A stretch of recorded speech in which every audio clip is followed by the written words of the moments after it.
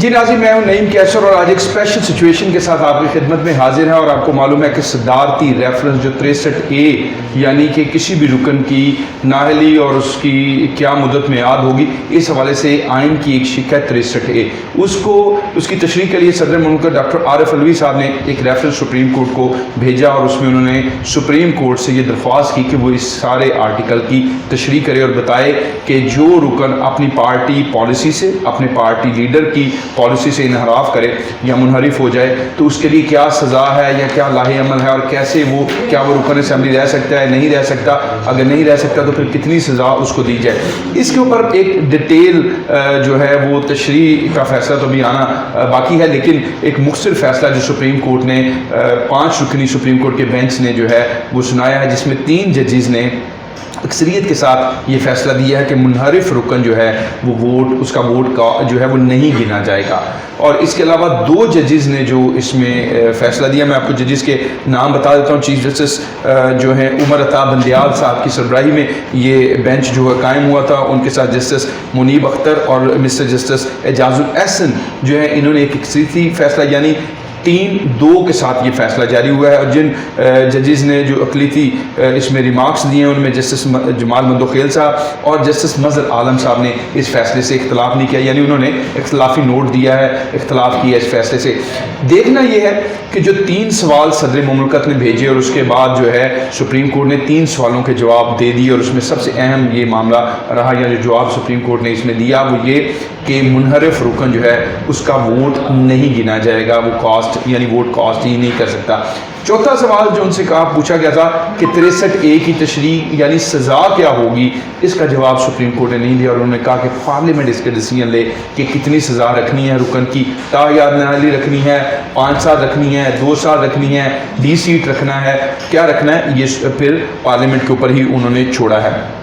ایک نئی سچویشن جو ہے وہ رائز ہوگی. آپ کو پتہ ہے ملک پاکستان میں اس وقت جس قسم کا سیاسی ماحول چل رہا ہے، معاشی ماحول چل رہا ہے، جس قسم کی اکانومی کی صورتحال اور آلریڈی جس قسم کی جو انسٹیبلٹی ہے ملک کے اندر جاری، اس کے اوپر یہ فیصلہ کیا اثر چھوڑے گا، کیا آئندہ دنوں میں حکمت عملی رہے گی، کیا سینیریو کریٹ ہوگا، اسی پہ ہم بات کریں گے. میرے ساتھ اس وقت موجود ہیں عظیم نذیر صاحب جو گروپ ایڈیٹر ہیں ایمرا نیوز کے اور تجزیہ نگار ہیں. ان کے ساتھ تشریف فرما ہے عاطف امان صاحب، ایڈیٹر ہیں روزنامہ ایمرا کے. شکیل ملک صاحب تشریف فرما ہیں، بیورو چیف ہیں ایمرا نیوز کے. عظیم صاحب، کیسے دیکھ رہے ہیں سارے ڈیسیژن کو جو سپریم کورٹ کا ان حالات میں آیا اور اس کی امپلیکیشنز کیا ہوں گی؟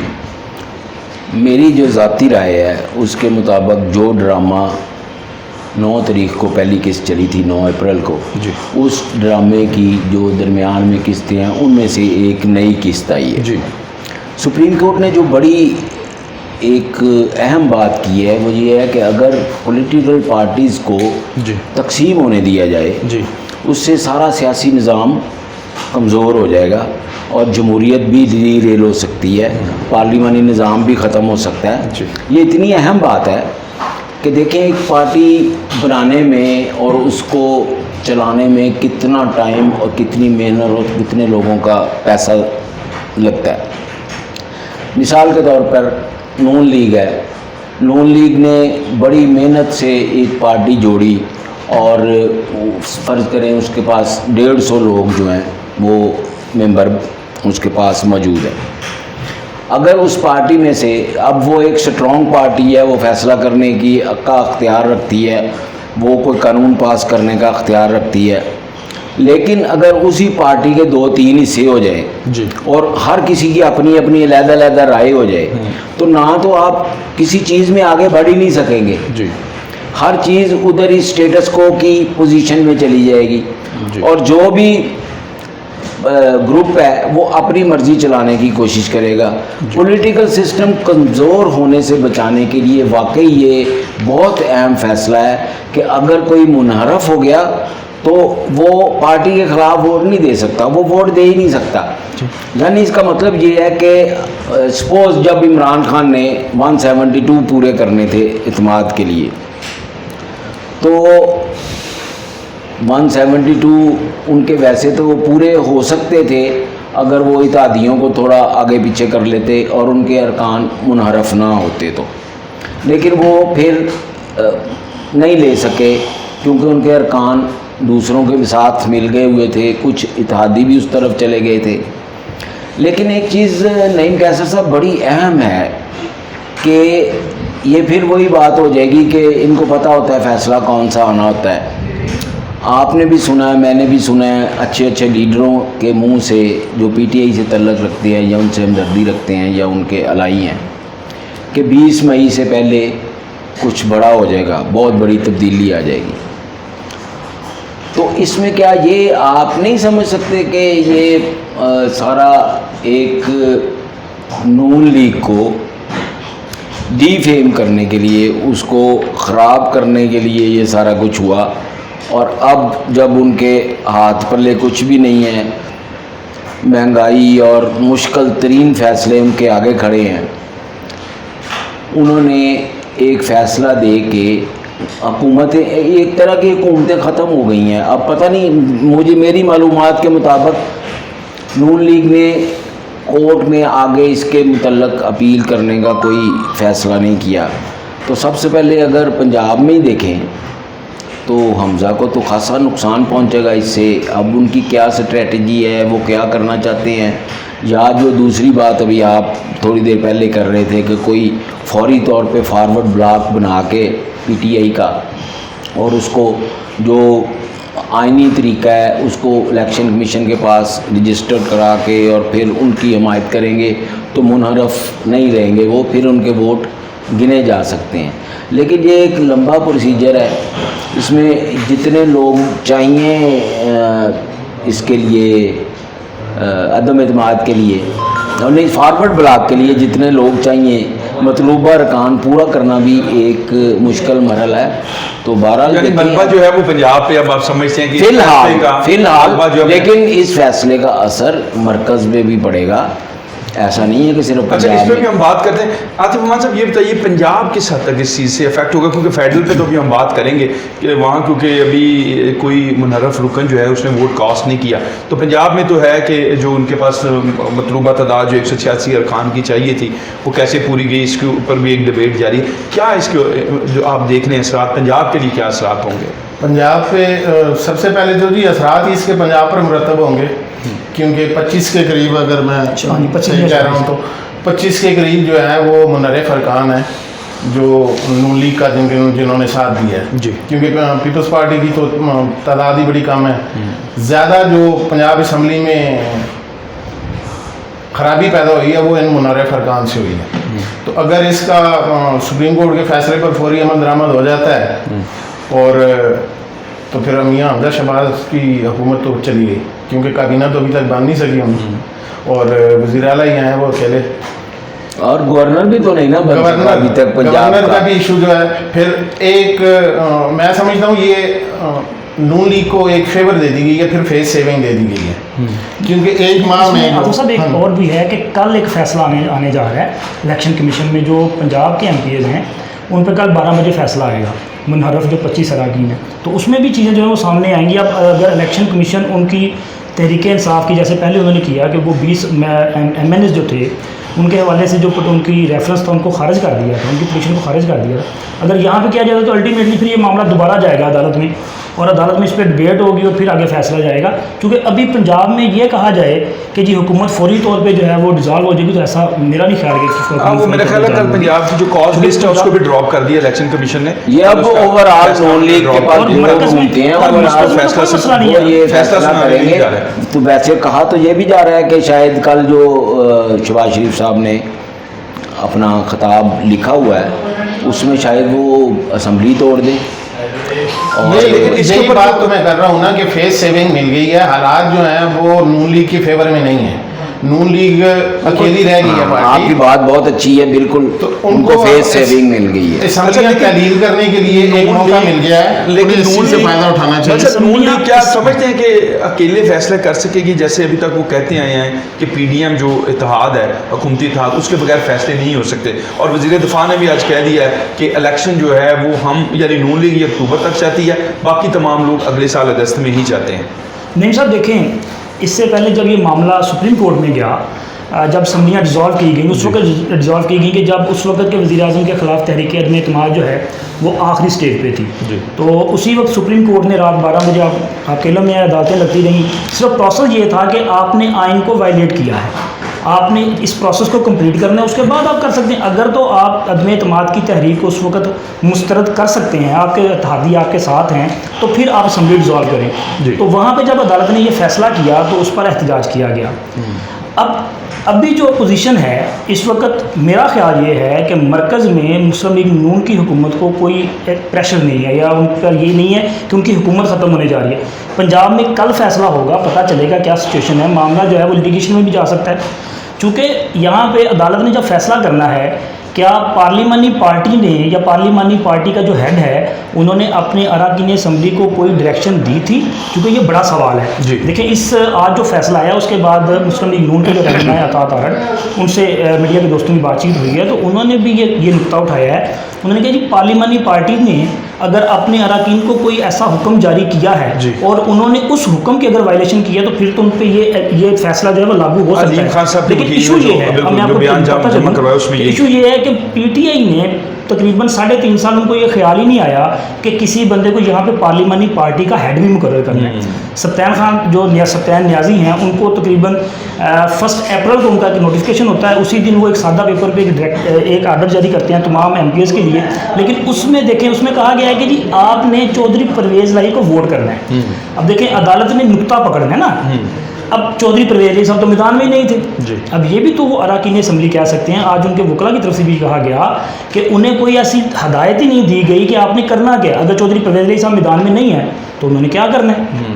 تو لہٰذا ایک بندہ کینڈیڈیٹ ہی نہیں ہے, اس کو نومینیٹ ہی نہیں کیا گیا, اور پھر ان کی اپنی پارٹی جو شجاعت صاحب تھے نا جی, کینڈیڈیٹ نہیں تھے, وہ تو لاسٹ ڈے کی بات ہے نا. اس میں جو نئی ڈیولپمنٹس ہیں اس میں یہ ہے کہ چودھری شجاعت حسین صاحب نے بھی اس کے اوپر ایک بڑا ڈیٹیل پارٹی میٹنگ کی ہے, اور اس میں یہ سارے نکات اٹھائے گئے ہیں کہ چودھری پرویز علی صاحب کو جو ہے وہ مسلم لیگ کاف نے کینڈیڈیٹ نامینیٹ ہی نہیں کیا تھا. پارٹی پریزیڈنٹ یعنی چودھری شجاعت حسین جو ہیں اور سیکرٹری جنرل ان کے طارق بشیر چیمہ جو ہیں, ان کی طرف سے پنجاب میں جو ان کے جو ریپرزینٹ کر رہے تھے گروپ کو چودھری پرویز علی جو اسپیکر بھی ہیں, ان کو نامینیٹ ہی نہیں کیا گیا. اور مسلم لیگ کاف نے کہیں ان کو یہ گو ہیڈ دیا ہی نہیں کہ وہ چیف منسٹر کے الیکشن کے لیے جائیں. مجھے تو ایسے لگتا ہے اسی پہ عدالتوں نے آگے بڑھنا ہے. یہ بہت اہم چیز ہے. آپ صرف ایک فیصلہ آ گیا ہے, وہ ریفرنس بھی انہوں نے دیا ہے. کیا اس پہ اگر کل کو مرکزی حکومت یا وہی اراکین وہ کوئی پٹیشن لے کے چلے جاتے ہیں عدالت میں, تو کیا عدالت اس پہ اس کو نہیں سنے گی؟ اور دوسرا یہ معاملہ لینتھی نہیں جائے گا. اور دوسرا یہ ہے کہ کیا اگر چودھری شجاعت حسین اور ان کے سیکرٹری جنرل کی ان کے پاس ریکمنڈیشنز نہیں تھی تو کیا چودھری پرویز علی اور ان کے ساتھ جو قافلی کے اراکین ہیں وہ بھی منحرف ہو گئے, وہ جا کے دوسرے پارٹی کے کینڈیڈیٹ بن گئے؟ نعیم صاحب ایک چیز ذرا تھوڑا سا ویسے ہی ہم اس پہ بات کرتے ہیں کہ وزیر اعلیٰ نے استعفیٰ دیا, وزیر اعظم کے نام لکھ دیا, ٹھیک ہے, جو کہ غیر آئینی ہو گیا. وہ استعفیٰ جو منظور ہو گیا گورنر پنجاب سے, یہ تھا اس کی ویریفیکیشن کروائی گئی. وہ گورنر پنجاب نے منظور نہیں کیا, اس نے استعفیٰ دیا. بزدار صاحب نے وزیر اعظم کو استعفیٰ بھیج دیا. وزیر اعظم نے منظور کر کے, کیونکہ گورنر نے آرڈر کرنا تھا, نوٹیفیکیشن کرنا تھا, گورنر کے پاس بھیجا, گورنر نے انکار کر دیا.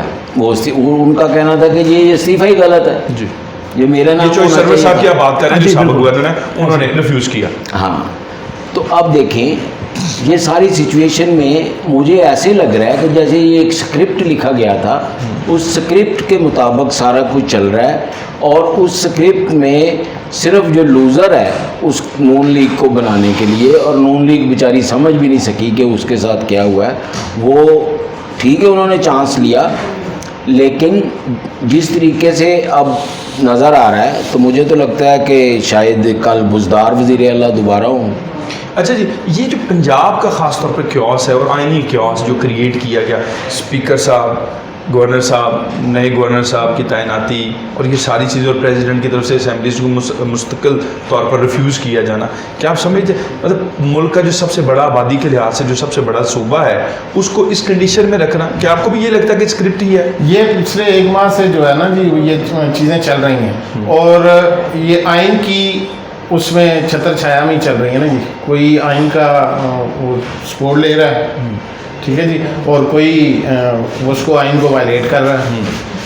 اس سے ہو کیا رہا ہے؟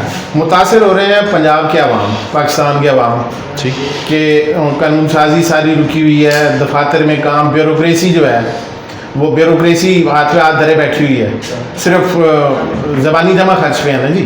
کام کوئی نہیں ہو رہا, پتہ ہی نہیں ہے کسی کو حمزہ شہباز نے رہنا ہے نہیں رہنا, گلزار نے آ جانا ہے نہیں آنا, ٹھیک ہے. اس ساری صورتحال کا نقصان جو ہے وہ عوام کو ہو رہا ہے. پروسیجر جو ہے وہ نہیں چل رہا. لیکن حکومت چلانے کے لیے آپ کو اسمبلی کی ضرورت ہوتی ہے, آپ نے وہاں پہ قانون سازی کرنی ہے. اگر اسمبلی جو ہے آپ کی ایکٹیو نہیں ہے تو گورنر جو ہے وہ آرڈیننس جاری کرتا ہے. گورنر کے دستخط بغیر آرڈیننس جاری نہیں ہوگا, گورنر ہاؤس خالی پڑا ہے. اگر آپ نے ایگزیکٹو آرڈر جاری کرنا ہے تو اس کے لیے آپ کو کابینہ سے منظوری لینی پڑتی ہے, تو کابینہ آپ کی موجود نہیں ہے. بیسیکلی یہ پورا پلان کے ساتھ کیا جا رہا ہے, آپ کے پورے سسٹم کو مفلوج کیا جا رہا ہے. دیکھیں ایوان صدر میں آپ بیٹھے ہیں تو کیا صدر کی طرف سے اسمبلی تو وہ روک رہے ہیں نا, ان کے پاس وہ ایک آئینی ہے معاملہ, لیکن 21 دن, اب یہ 21 اور 25 دن کے درمیان میں یہ سارا پروسیس اگر چلتا رہے گا تو اس پہ سب سے زیادہ نقصان تو پاکستان کے عوام کو ہو رہا ہے نا. کوئی ایگزیکٹو ڈیسیجن نہیں ہو سکے, وہ ایگزیکٹو ڈیسیجن نہیں ہو سکے. اگر آپ کے لیے فار ایگزامپل کہ ابھی وزیر اعلیٰ پنجاب حمزہ شہباز ہیں, وہ ایک ڈیسیجن لیتے ہیں, وہ کہتے ہیں جی میں نے یہ سبسڈی دینی ہے, ایگزیکٹو آرڈر بھی جاری نہیں کر سکیں گے, وہ آرڈیننس جاری نہیں کر سکیں گے. ابھی آپ کا معاملہ جو ہے بلدیاتی ادارے جو ہیں وہ ماشاءاللہ پچھلے 4 سال سے تو معلق ہے نا, ہے ہی نہیں, آپ کے پاس سسٹم ہی نہیں ہے نا. ابھی بھی اگلے ماہ جو ہے آپ کا آرڈیننس جو ہے وہ ختم ہونے جا رہا ہے, اس کی میعاد ختم ہونے جا رہی ہے. اب اگر اس میں توسیع نہیں کریں گے تو آپ کے پاس کون سا سسٹم ہوگا, آپ نے کیسے سروائیو کرنا ہے, نچلی سطح پہ لوگوں کے مسائل کون حل کرے گا, کیسے اس کو لے کے آگے جانا ہے. یہ کچھ بھی جو ہے اس کے یہ تمام جو معاملات ہیں بالکل خاموش, اور اس کا سارے کا خمیازہ جو ہے ایک عام آدمی جو ہے وہ بھگت رہا ہے. لڑائی سیاسی ہے. اگر سیدھی سی بات ہے جی, آپ سپورٹس مین تھے تو پھر آپ کو سپورٹس مین اسپرٹ کا مظاہرہ کرنا چاہیے تھا. جب آپ کے لوگ آپ کے ساتھ نہیں تھے, سب سے پہلے تو آپ کی حکومت, اور آپ نے کہا بھی کہ میرے خلاف آپ ووٹ ڈالیں, میں اس کو ویلکم کروں گا. 155 آپ کے MNA ہیں, آپ اکیلے حکومت نہیں کر سکتے تھے نا, آپ کے اتحادی آپ کے ساتھ تھے. جب آپ کے اتحادی آپ کو چھوڑ گئے تو مطلب کہ آپ کے پاس سپورٹس مین اسپرٹ تو پھر یہ بھی نہیں ہوتی نا کہ آپ کی 55 سیٹیں اور آپ 155 والے کو اٹھا کے باہر بھیج. اب وہ 155 لیکن ان کے اس میں ایک بات تو ہے کہ عدم اعتماد کی جو تحریک تھی, کیا وہ غیر آئینی یا غیر جمہوری کام تھا؟ بالکل بھی نہیں. عدم اعتماد تو ایک عام چیز ہے, لیکن وہ عدم اعتماد کو جس طریقے سے پوز کیا گیا اور جیسی باتیں شروع کی گئیں, اور پھر کچھ نظر بھی آیا کہ پارٹی کے ارکان منحرف ہوئے, اسی وجہ سے آج عدالت کو یہ فیصلہ بھی دینا پڑا. وہ منحرف ہونے والوں کی وجہ سے زیادہ پریشر پڑا. دیکھیں اگر منحرف نہ ہوتے اتنے ارکان تو جو اتحادی ہیں نا, میرا خیال ہے وہ بھی کچھ ان کو نظر آتا کہ نہیں گورنمنٹ بچ جائے گی تو وہ بھی ساتھ دے دیتے. باقی آپ کیا سمجھتے ہیں کہ جہاں کوئی اتنا کوئی مورلی اسٹرانگ سیاستدان ہے کہ جو مورالٹی پہ آ کے کسی دوسرے کا ساتھ دے دے یا کسی کو چھوڑ دے, یہی سارے دوبارہ یہ سارا جب ڈرامہ وائنڈ اپ ہوگا آخری قسط میں آپ دیکھیں گے کہ سارا کچھ سب ہنسی خوشی زندگی گزار رہے ہیں. لیکن جو پریسیڈنٹس یا ٹریڈیشنز قائم کی گئی کانسٹیٹیوشن کو نہیں ماننے کی, وہ کیا افیکٹ لے کے آئے گی؟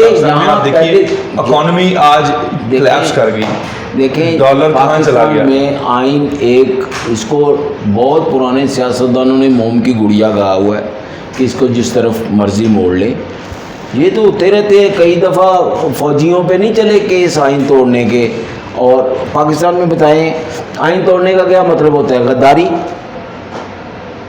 کس کو آج تک پتہ نہیں کتنوں نے آئین توڑے, کس کو سزا ہوئی یا کس کو, یعنی آپ سمجھتے ہیں عمران خان صاحب نے ایسا کام کیا ہے کانسٹیٹیوشن نہیں مان کے تو کوئی بات نہیں, ایک روایت نہیں, یہ بات نہیں ہو رہی, یہ بات نہیں ہو رہی کہ یہاں تھرو آؤٹ کوئی بھی آئین کو ماننے کو تیار نہیں ہے. عمران خان پہ کیوں ملبہ ڈال رہے ہیں آپ لوگ؟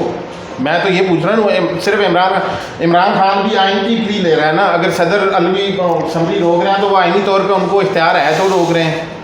گورنر اگر انہوں نے نہیں ہٹایا تو وہ انہوں نے لیکن علی صاحب کیا مطلب اسٹیٹ سے ہم سب اسٹیٹ سے بالا تر ہیں اپنے اختیارات کی نظر میں، ہم اسٹیٹ سے بالا تر ریاست پاکستان اور عوام جو ہے پاکستان کی وہ بھی تو کوئی چیز ہیں. اس میں اسٹیٹ والا جو آنسر ہے نا وہ تو شامل نہ کریں. یہ جو وہ تو پہلے بات کر رہے ہیں ہم لوگ کہ عوام متاثر ہو رہے ہیں جی، تو سیاست دانوں کی آپس چپلس جو ہے آپس وہ چپلس جو ہے وہ اس نے آئین کو بھی جو ہے وہ مروڑا ہوا ہے اور عوام کو بھی مروڑا ہوا ہے. ٹھیک ہے نا جی. لیکن میری بات سنیں، یہ سب استعمال عوان صاحب، سیاسی مخالفین کا لک توڑے، کوئی سیاست دانوں کی کوئی آپس میں چپکلش کوئی نہیں ہوتی، جو ہے نا وہ یہ صرف مفادات کی جنگ ہوتی ہے. ہاں جی. وہی سیاستدان دن میں ایک دوسرے کے خلاف تقریریں کر رہے ہوتے ہیں اور شام کو محفلوں میں اکٹھے ہوتے ہیں. اس لیے یہ آپ یہ تو نہ ہی کہیں کہ سیاستدانوں کی کوئی چپکلش ہے، یہ ان کے مفادات کا معاملہ ہوتا ہے. ان کا پارٹی ہیڈ جو ہے جن کی وجہ سے وہ جیتے ہوتے ہیں، وہ جو کہتا ہے وہ کر دیتے ہیں.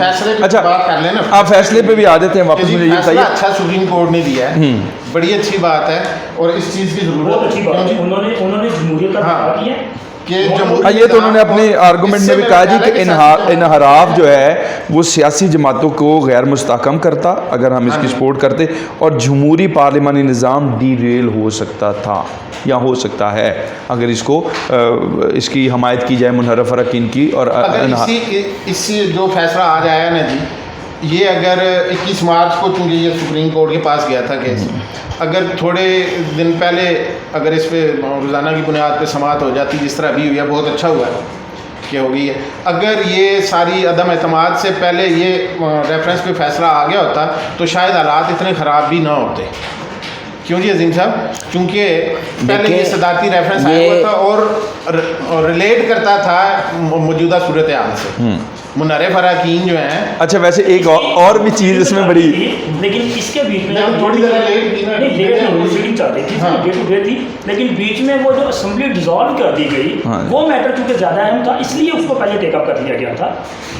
یہ دیکھیں اسمبلی یعنی آرٹیکل 5 کے تحت جو آپ نے تمام اراکین اسمبلی کو غدار ڈکلیئر کر دیا تھا اور اس کے بعد آپ نے اسمبلی توڑ دی اور آپ نے وہ جو طریقے عدم اعتماد کی جو موشن تھی اس کو آپ نے ریورٹ کر دیا ڈپٹی اسپیکر قاسم سوری صاحب نے، اور کہا کہ تمام لوگ جو اس کے جن کے دستخط ہے وہ غدار ہیں. نہیں، میں آپ کو وہ تو شکیل صاحب بتا رہے ہیں. تو اس کے بعد اور اسی وقت جو ہیں وہ وزیر اعظم اس وقت کے جو عمران خان صاحب انہوں نے اسمبلی توڑ دی اور انہوں نے کہا جی میں نے ایڈوائس بھیج دی ہے، اسمبلی ٹوٹ گئی ہے. اب آئینی طور پہ کیا جب وہ انہوں نے رولنگ دے دی ڈپٹی اسپیکر نے تو وہ طریقے عدم اعتماد والا ایشو ختم ہو گیا. اس وقت وزیر اعظم نے ایڈوائس جاری کر دی، کوئی غیر آئینی کام تھا اس میں؟ نہیں، کیسے ہو گیا؟ دیکھیں تحریک عدم اعتماد کے اوپر اسپیکر رولنگ نہیں دے سکتا، اسپیکر کو ووٹنگ کروانی ہے اس پہ بائی دا لا. یہی میں بات آپ سے کر رہا ہوں کہ جب آپ عدم اعتماد رولنگ آ گئی، اس پہ اسپیکر کی رولنگ آ گئی تو عدم اعتماد فارغ ہو گئی نا. نہیں رولنگ دے سکتا. میں عاطف رولنگ آ گئی، اس میں کیا وہ آئین میں ہے کچھ کہ اس دن رولنگ نہیں دی جا سکتی. یہ بائی دا رول جو ہے رول بک میں، یہی تو آپ کو میں گزارش کر رہا ہوں کہ کیا یہ کسی ایک شخص کو اتنی اجازت دی جا سکتی ہے کہ وہ آئین، کانسٹیٹیوشنل بکس اور rule of procedure of assemblies کو بھی ڈیزالو کر دے یا اس کو نگیٹ کر. یہ ہم لوگ بات کر رہے ہیں آئین کی، ہم لوگ اتنے وہ آئین پتہ نہیں ہے، لیکن عمران خان کو پتہ نہیں ہوگا، اس کے جو مشیر ہیں وہ ان کو پتہ نہیں ہوگا ان کا ساری صورتحال کا. دیکھیے جب آپ نے دھکا جی جب اسمبلی میں ایک تحریک جمع کروائی جاتی ہے تو وہ فوری طور پہ ایجنڈے پہ نہیں آتی، تب آپ نے اس پہ یہ رولنگ جاری کرنی ہے. ادھر تو ہر چیز فوری ایجنڈے پہ آتی ہے، ادھر تو ہر چیز ایسا نہیں. بات یہی ہو رہی ہے کہ جب آپ یہ کہیں گے میں نہ مانوں، بہرحال جی نعیم جب میں نہ مانوں ہوگا تو پھر کیا ہوگا؟ نعیم قیصر صاحب اس طرح تو بحث بہت زیادہ لمبی ہو جائے گی. جی بات یہ ہے کہ یہ ایک انتہائی خوش آئند فیوچر کے لیے فیصلہ ہے کہ ایک دفعہ منحرف ارکان کا فیصلہ ہو جائے کہ وہ ان کی کیا سزا ہوگی، ان کا فیوچر کیا ہو سکتا ہے، کیا ان کے لیے وہ ووٹ ڈال سکتا ہے نہیں ڈال سکتا. اور اب دونوں اسمبلیوں میں، پنجاب کے ساتھ قومی اسمبلی میں بھی ایک آدھ دن میں ہی یہ سارا فیصلہ ہوگا. اور یا تو پھر یہ